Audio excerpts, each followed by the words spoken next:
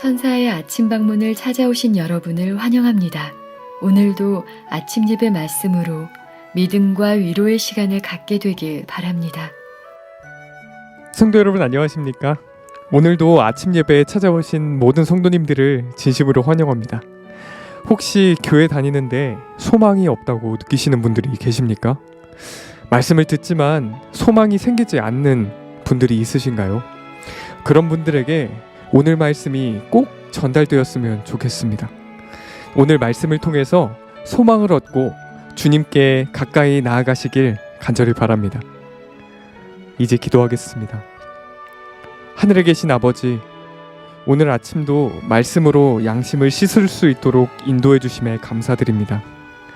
말씀을 듣고 묵상할 때 소망을 발견할 수 있도록 우리의 눈을 열어주시고 성령께서 인도해 주시옵소서. 오늘 말씀을 통해서 진리를 살펴볼 때 창조주 하나님 앞에서 말씀을 받는다는 생각으로 말씀 앞에 설 수 있도록 도와주시옵시고, 성경이 말하는 의인의 길을 갈 수 있도록 우리의 생각과 마음을 붙잡아 주시옵소서. 예수님의 이름으로 기도드립니다. 아멘. 안녕하십니까 성도 여러분. 오늘 우리가 나눌 말씀은 소망에 대한 말씀입니다. 소망을 잃어버린 분들에 대한 말씀이죠. 성도 여러분, 어떤 사람들에게 소망이 사라지게 될까요? 자기 스스로 소망이 없다고 마음으로 단정하면 그런 사람에게 소망이 사라집니다. 하나님께서는 소망이 없는 자가 없습니다. 하나님께는 모든 자가 가능성이 있습니다. 우리 스스로 절망하고 포기하지 않는 한 소망이 있는 것입니다. 하나님께 나오는 자 누구나 소망을 가질 수 있습니다. 오늘 아침 이 시간에 우리 모두 하나님께 대한 소망을 갖게 되기를 다시 간구합니다.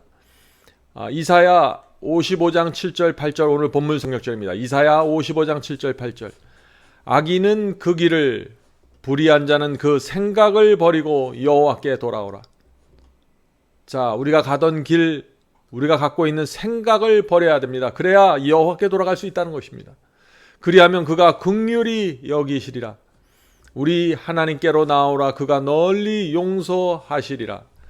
여호와의 말씀에 내 생각은 너희 생각과 다르며 내 길은 너희 길과 달라서. 성도 여러분, 악인과 의인의 차이가 무엇입니까? 길이 다른 것입니다. 생각이 다른 것입니다. 그것이 하나님께 나오고 돌아가야만 하나님께 돌아갈 수 있는 것입니다. 자, 의인과 악인의 차이가 무엇입니까? 하나님께 돌아오는가 돌아오지 않는가의 차이입니다. 죄를 버리는가 버리지 않는가의 차이입니다. 죄를 고집하는가 고집 않는가입니다. 시험이 올 때 성령께 매달리는가 매달리지 않는가입니다. 죄를 범했을 때 회개하는가 회개하지 않는가입니다. 이것이 의인과 악인의 차이입니다. 우리가 진심으로 회개하면은 하나님과의 관계가 회복됐고 사람 사이의 관계도 다시 회복되는 것입니다. 무너졌던 신뢰가 회복되는 것입니다. 하나님께 돌아가야만 이 모든 것이 가능해지는 것입니다. 하나님께 돌아가면은 아름다운 분위기가 또 향기가 다시 회복되고 흘러나오게 됩니다. 자, 이제 본문을 살피면서 말씀 묵상을 하겠습니다. 그대의 실수와 허물이 너무 중하여 주께서 그대의 기도를 존중하지 않으며 그들을 축복하고 구원하지도 않을 것이라고 하는 것은 그대 생각이다. 자, 많은 분들이 이런 고민을 합니다. 믿기만 하면 무조건 구원받는다라고 생각하면서 살 때는 이런 고민이 없습니다. 그러나 좁은 길을 따라 주님을 신실하게 따르고 하는 사람이 죄를 범하고 잘못을 범하고 넘어지면은 내 자신에 대해서 자꾸 실망하게 되고 좌절하게 되는 것입니다. 그래서 좁은 길을 가는 분들이, 순종하는 복음을 받아들인 분들이 깊은 고민에 빠지게 되는 것입니다. 그래서 내가 이제 죄를 범했으니 이제 나는 기도해도 하나님께서 받아주지 않을 것이라고 생각하는 것이죠. 성도 여러분, 그렇게 생각하시면 안 됩니다. 하나님은 그런 분이 아닙니다. 성도 여러분, 어떤 상황에서도 어떤 경우에도 중요한 것은 하나님께 돌아오는 것입니다. 탕자가 돼지우리에 앉아 있으면서 한탄만 하고 좌절해 있으면 소망이 없었을 것입니다. 하나님께서 그를 도와주실 수 없었습니다. 그러나 그가 하나님께 돌아온 것입니다. 하나님의 사랑과 자비를 생각하면서 그분께 돌아왔지요. 돌아와서 죄를 고백하고 하나님의 용서를 받은 것입니다. 그래서 마음에 평안이 생긴 것입니다. 우리도 마찬가지입니다. 우리가 자녀를 기를 때 자녀들이 실수하고 넘어졌다고 해서 좌절하고 날마다 한숨만 쉬면 어떻게 될까요? 우리 부모의 마음이 참 아픈 것입니다. 우리 부모가 원하는 것은 그런 것이 아니죠. 부모가 원하는 것은 무엇입니까? 죄를 범하고 넘어진 자녀들이 부모에게 찾아와서 자초지종을 말하고 고백하고 다시는 내가 그런 짓을 하지 않겠습니다 라고 회개하는 모습을 보는 것이 부모의 마음에 가장 큰 기쁨이 아니겠습니까? 자녀들이 그런 모습을 볼 때 우리 마음속에 하나님께 대한 감사가 생기고 자녀들과 함께 또 길을 걸어가게 되는 것입니다. 자, 본문을 읽겠습니다. 그대가 예수께 더 가까이 가면 갈수록 그대 자신의 눈에 결함이 더욱더 많이 보일 것이다. 참 이상하죠? 예수님께 가까이 가면 갈수록 우리 자신의 문제와 결함이 눈에 점점 더 분명하게 많이 보이게 될 것이라고요. 왜냐하면 그대의 시력이 영적인 시력입니다. 그대의 영적인 시력이 더 선명해지고 그대의 불완전함이 그분의 완전하신 본성과 대조되어 더 크고 분명하게 보일 것이기 때문이다. 그러나 낙담하지 말라. 이것은 사탄의 기만이 그 힘을 잃었으며 하나님의 성령의 소생케 하는 감화가 그대를 일깨우고 있으며 그대의 냉담과 무관심이 사라지고 있다는 증거이다. 이것은 정말 놀라운 말씀입니다. 내가 내 자신의 문제와 내 성품의 부족함과 내 결함을 보면 볼수록 그것이 무슨 뜻이라고 했어요? 내가 예수께 더 가까이 나가고 있다는 증거라고 하는 것입니다. 그래서 낙담하지 말라는 것입니다. 사탄은 우리 자신의 문제를 보여주면서 우리를 낙담하게 하고 좌절하게 하려고 하지만은 그렇게 하면 안 되는 것이죠. 우리가 우리 자신의 문제와 죄를 정확하게 본다는 것은 사탄의 기만에서 빠져나온다는 증거라는 것입니다. 전에는 사탄의 기만에 빠졌기 때문에 죄를 범해도 그것이 죄인지도 모르고 괴롭지도 않았습니다. 양심이 죽어있기 때문에 내가 죄를 범해도 전혀 괴롭지 않았습니다. 그러나 사탄의 기만에서 빠져나오기 시작하면은 진리를 정확하게 보기 시작하면은 양심이 살아서 움직이게 되는 것입니다. 양심이 진리의 말씀에 의해서 씻겨지면서 예민해지는 것입니다. 그래서 고민에 빠지게 되는 것입니다. 자, 여기서 사탄의 기만에 빠져나올 때라고 했는데 그것이 언제일까요? 거짓 복음을 믿었다가 빠져나오는 때를 말하는 것입니다. 성도 여러분, 오늘 우리 아침에 우리 자신에 대해서 양심적으로 좀 정직하게 되기를 바랍니다. 예정론을 믿으면은, 자, 예정론이 무엇입니까? 모든 사람이 이 세상에 태어날 때 하나님께서 구원과 멸망을 미리 결정해 놓으셨다는 것이죠. 그런 식으로 믿으면은 죄에 대해서 고민할 필요가 없는 것입니다. 모든 것은 하나님의 예정에 의해서 결정되기 때문에 내가 죄를 짓든 죄를 짓지 않든 상관없는 것입니다. 나는 하나님께서 정하신 예정대로 구원받는 것입니다. 내가 교회 다니기만 하면 말이죠. 그렇게 될 때는 죄에 대한 고민이 없다는 것입니다. 내 자신의 정확한 문제와 결함을 볼 수 없다는 것이죠.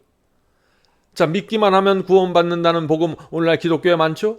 십자가 은혜가 내 모든 죄를 덮어줌으로 더 이상 죄와 불순종에 대해서 고민할 필요가 없다라는 그런 복음 말이죠. 죄와 불순종에 대한 고민을 사라지게 하는 거짓 복음입니다. 적당히 타협하면서 살아도 마음이 늘 편하게 되는 그런 복음이죠. 그러나 그런 거짓 복음으로부터 빠져나와서 진리가 무엇인지 정확하게 보기 시작하면 주님께 가까이 가게 되고 내 부족함이 분명하게 보이게 된다는 것입니다. 그런 사람들은 죄를 범할 때마다 진리가 무엇인지를 알기 때문에 십자가의 은혜와 사랑이 무엇인지 알기 때문에 너무나 죄송하고 부끄럽게 되는 것입니다. 그래서 나를 자꾸 책망하게 되는 것입니다.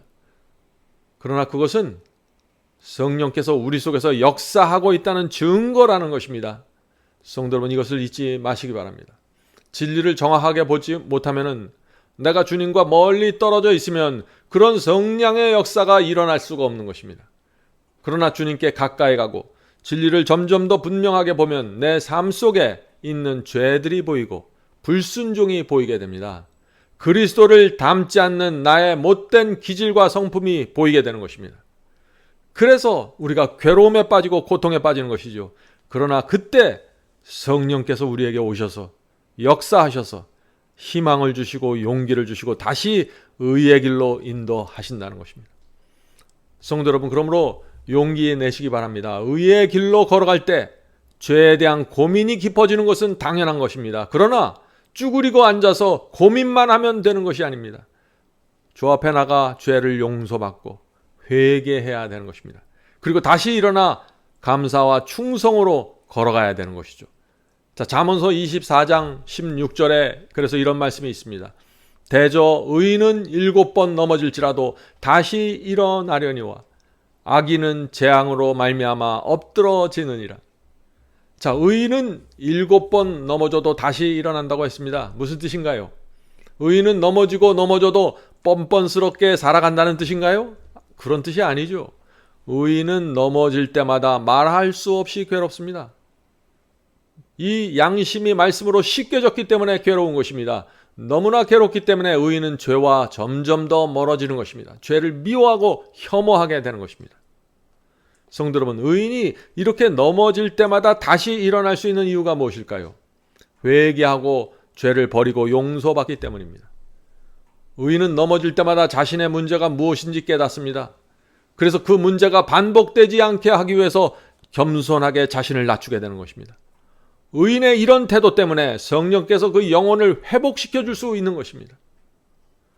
성도 여러분, 의인도 죄를 범하고 악인도 죄를 범하는 것처럼 겉으로 보이죠? 그러나 실제로 그들 마음속에서 이루어지는 경험은 전혀 다른 것입니다. 의인은 넘어지고 쓰러질 때마다 교훈을 받습니다. 내가 무엇을 고쳐야 하는지, 내가 저 형제를 위해서 내가 무엇을 해야 되는지, 내가 어떻게 살아야 되는지 넘어질 때마다 알곡으로 이고 가는 것입니다. 그러나 악인은 다릅니다. 악인은 넘어질 때마다 자기를 합리화하고 정당화시키기 때문에 아무것도 배우지 못하는 것입니다. 진정한 회개로 들어가지 못하게 됩니다. 이것이 가라지의 모습입니다. 자, 계속해서 본문을 보죠. 자신의 문제와 죄를 보지 못하고 깨닫지 못하는 사람은 주님을 사랑하는 사람이 아니다. 은혜로 변화된 영혼은 그리스도의 거룩한 품성을 흠모할 것이다. 성도 여러분, 이것이 중요합니다. 주님을 진심으로 사랑하는 사람, 은혜 아래 거하는 사람은 그리스도의 품성을 사모하게 되는 것입니다. 지옥까지 안으려고 죄를 안 짓는 게 아니라 그리스도의 품성을 사모하고 그것을 따라가기 때문에 죄가 싫어지고 멀어지는 것입니다. 성도 여러분, 주님을 진짜 사랑하는 사람은 단순히 말씀에 순종하고 어떤 교리에 순종하고 죄를 범하지 않는 것만으로 만족할 수 없는 사람입니다. 주님을 사랑하는 사람은 끊임없이 하나님의 그리스도의 성품을 바라보고 닮으려고 하게 되는 것입니다. 자, 베드로후서 1장 4절이죠. 베드로후서 1장 4절입니다. 이로써 이 보배롭고 지극히 큰 약속을 우리에게 주사 이 약속으로 말미암아, 자, 주께서 우리에게 주신 이 큰 약속이 무엇인가요? 너희로 정욕을 인하여 세상에서 썩어질 것을 피하여 신의 성품에 참여하는 자가 되게 하려 하셨으니. 성도 여러분, 우리에게 주신 큰 약속이 무엇입니까? 신의 성품에 참여하는 자가 될 수 있다는 약속을 주신 것입니다. 신의 성품, 그리스도의 성품을 닮을 수 있다는 약속을 주신 것입니다. 이 약속이 우리 마음속에 새겨지면은 그리스도의 성품을 담기 위해서 내 모든 것을 드리게 되는 것입니다. 굴복하게 되는 것입니다. 베드로전서 2장 9절 보겠습니다. 베드로전서 2장 9절. 너희는 택하신 족속이요 왕같은 제사장들이요 거룩한 나라요 그의 소유가 된 백성이니 이는 너희를 어두운 가운데서 불러내어 그의 기이한 빛에 들어가게 하신 이의 아름다운 덕을 선포하게 하려 하심이라. 우리를 어둠 속에서 불러내신 이유가 무엇입니까? 우리를 바벨론의 어둠 속에서 불러내신 이유가 무엇이에요? 우리를 왕같은 제사장으로 삼으셔서 하나님의 아름다운 성품을 이방인들에게, 주변 사람들에게 전하고 선포하게 하기 위해서입니다. 성도 여러분, 우리가 왜 순종합니까? 우리가 왜 죄를 버리려고 합니까? 그리스도의 성품을 담고 싶기 때문에 그렇게 하는 것입니다. 자, 이제 이어지는 중요한 말씀이 있습니다. 그러나 우리가 자신의 도덕적 결함을 보지 못한다면 그것은 우리가 그리스도의 아름다움과 탁월함을 보지 못했다는 증거이다.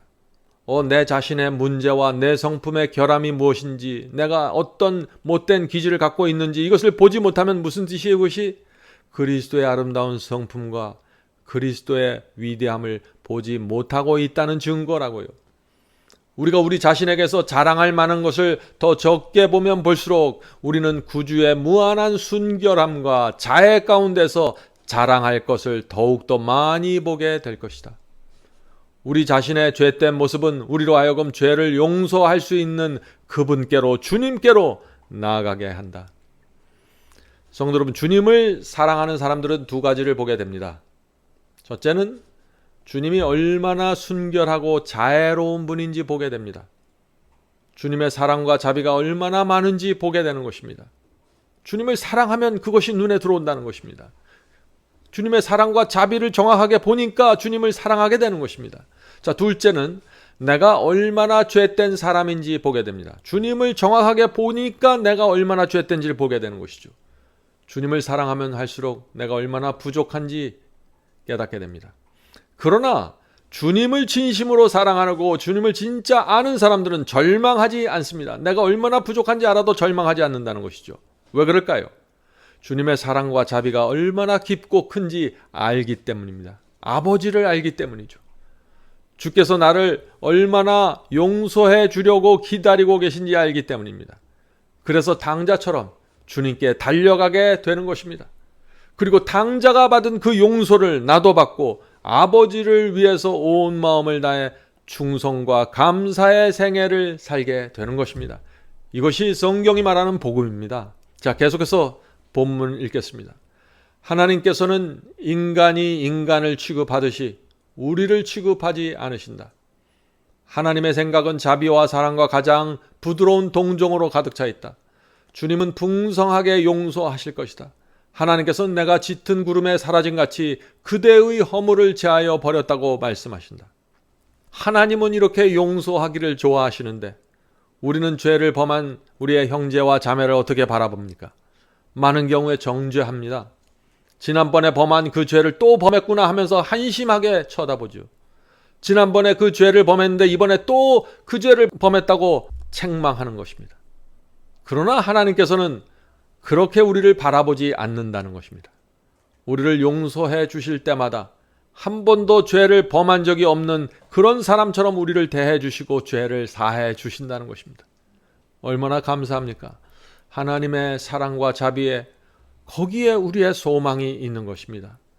자, 계속해서 읽겠습니다. 위를 쳐다보라. 시험과 시련을 당하고 낙담에 처한 그대들이여 위를 쳐다보라. 쳐다보는 것이 항상 안전하다. 어디에 안전이 있다고 했습니까? 위를 쳐다보는 것이 안전하다고 한 것입니다. 나를 바라보고 사람들을 바라보면 실망과 낙담의 늪에 빠지게 됩니다. 빠져나올 수 없습니다. 그러므로 어떤 상황에서도 위에 계신 주님을 바라봐야 하는 것입니다. 계속해서 읽겠습니다. 확실한 것은 아무것도 없다. 그러나 그대 위에 있는 하늘은 조용하고 일정하다. 위로 오르는 모든 자들에게 하나님의 도우심이 있다. 무한하신 분의 손은 강한 힘으로 그대를 붙잡고자 하늘의 성체를 넘어 내뻗으신다. 만일 그들이 믿음으로 당신을 바라보면 힘센 조력자께서는 가장 실수가 많고 가장 죄된 자를 축복하고 일으키며 용기를 주기 위해 가까이 계실 것이다. 그러므로 죄인은 위를 쳐다봐야 한다. 성도 여러분, 오늘도 위를 바라보시길 바랍니다. 여러분이 지금 처한 상황이 아무리 힘들고 아무리 큰 죄에 빠져 있을지라도 위를 바라보면은 소망이 생깁니다. 넘어지고 쓰러졌을지라도 위를 바라보십시오. 주님의 사랑과 자비가 여러분을 향해서 기다리고 있습니다. 시편 37편 23절 24절입니다. 시편 37편 23, 24. 여호와께서 사람의 걸음을 정하시고 그의 길을 기뻐하시나니 그는 넘어지나 아주 엎드러지지 아니함은 여호와께서 그의 손으로 붙드심이로다. 이것이 오늘 하나님께서 우리 모두에게 주시는 약속입니다. 우리가 살아가면서 넘어질 수 있습니다. 그러나 엎어져서 그냥 누워 있으면 안 되는 것입니다. 빨리 일어나서 하늘 아버지께 달려가야 됩니다. 주님의 손을 붙잡고 일어나시길 바랍니다. 오늘도 우리 모두 하늘 아버지 바라보면서 힘차게 살게 되길 간절히 바랍니다. 자, 이제 기도하겠습니다. 하늘에 계신 저희들의 아버지, 저희가 많이 넘어지면서 좌절하고 깊은 낙담에 빠진 적이 많이 있습니다. 주여, 그럴 때마다 저희가 하나님의 사랑과 자비를 보면서 다시 일어설 수 있도록 도와주시옵소서. 주께서 내뻗으신 그 손을 붙잡을 수 있도록 도와주시옵소서. 하늘에 계신 아버지, 우리가 우리의 자신의 성품의 부족함을 본다는 것은 진리를 정확하게 깨달았기 때문이고 하나님의 성품과 그리스도의 성품을 정확하게 보았기 때문입니다. 성령께서 저의 마음을 그렇게 일깨워 주셔서 감사합니다. 죄를 범할 때 고통스럽지만 주 앞에 나가 다시 회복하고 회복되고 치유될 수 있도록 도와주시옵소서. 오늘 아침 예배 드리는 많은 영혼들 중에서 혹시 절망하고 낙담 가운데 빠진 영혼들, 죄에 붙잡혀서 포기하려고 하는 영혼들이 있습니까? 주께서 불쌍히 여겨주시고 성령으로 그들을 위로해 주시고 위를 바라볼 수 있도록 도와주시옵소서. 하늘에 계신 아버지, 오늘 아침 예배를 통해서 저희들의 영혼이 다시 살아나고 치유될 수 있도록 역사해 주시옵소서. 예수님의 이름으로 간절히 기도드립니다. 아멘.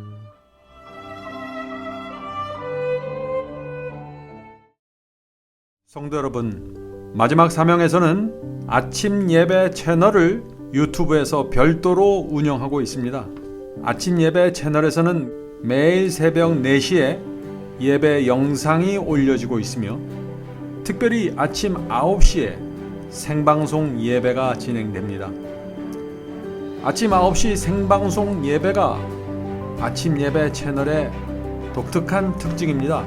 원하시는 분들은 유튜브에서 아침 예배 채널을 별도로 구독 신청하여 주시면 저희와 함께 생방송으로 아침마다 예배 드릴 수 있습니다. 매일 아침마다 하나님의 말씀으로 저희 모두가 주 앞에 나와 예배 드리는 신앙으로 함께 나가게 되길 간절히 바랍니다. 감사합니다.